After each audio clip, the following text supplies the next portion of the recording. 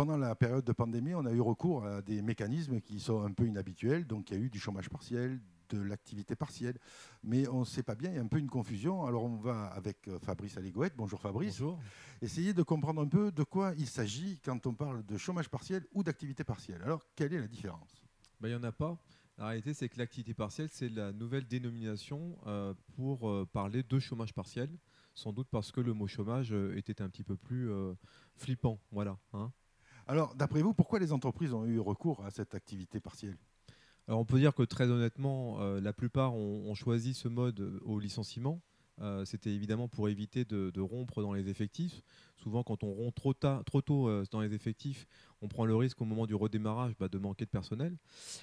Pour certaines, sans doute, et on le verra avec l'actualité, pour faire des économies d'échelle, dans la mesure où elles n'étaient pas assurées de pouvoir sortir les mêmes niveaux de profit avec une baisse du chiffre d'affaires.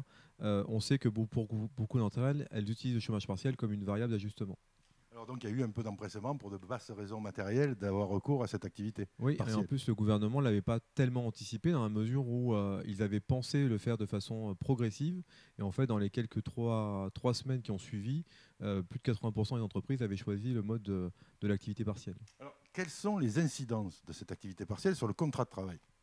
Alors, c'est une suspension du contrat de travail. L'incidence première, elle est surtout financière pour les salariés. Alors, bien qu'il y ait eu quand même un effort cette année du gouvernement pour maintenir un niveau de rémunération, au moins pendant les premiers mois, de quasiment 80% du net, hein, pour autant, c'est quand même une baisse de salaire. C'est aussi une baisse souvent de salaire indirect, puisqu'on va voir par exemple les primes qui vont sauter, les primes de rendement, de productivité, primes d'assiduité, des primes d'habillage, de déshabillage, primes de panier, enfin, toutes ces primes qui sont données à l'occasion de l'activité professionnelle. Et puis il va y avoir une proportionnalité affaiblie de participation d'intéressement.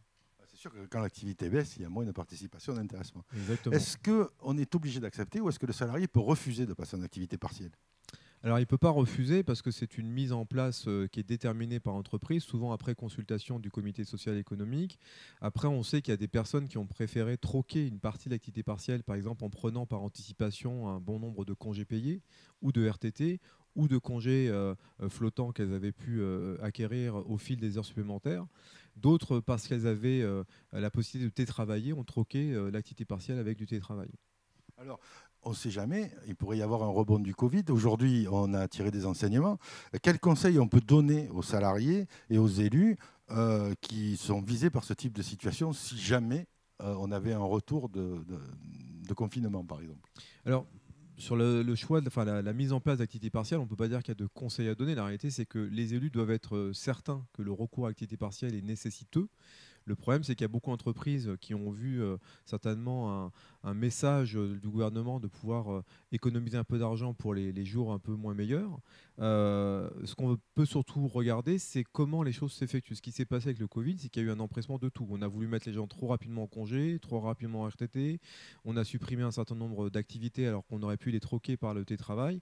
On aurait pu alterner des équipes, par exemple dans certaines entreprises. On a fait travailler des gens le matin, puis on a alterné avec des gens l'après-midi, ce qui a permis de garder un minimum d'activité. Bon, il faut évidemment que économiquement ce soit tenable.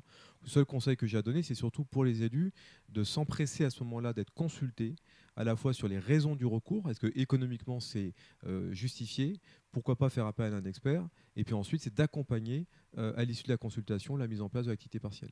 On espère qu'on n'aura pas un retour de cette situation et d'avoir à choisir entre activité partielle ou licenciement, parce que c'est quand même pour l'économie en général et puis pour l'emploi aussi quelque chose qui est très peu désirable.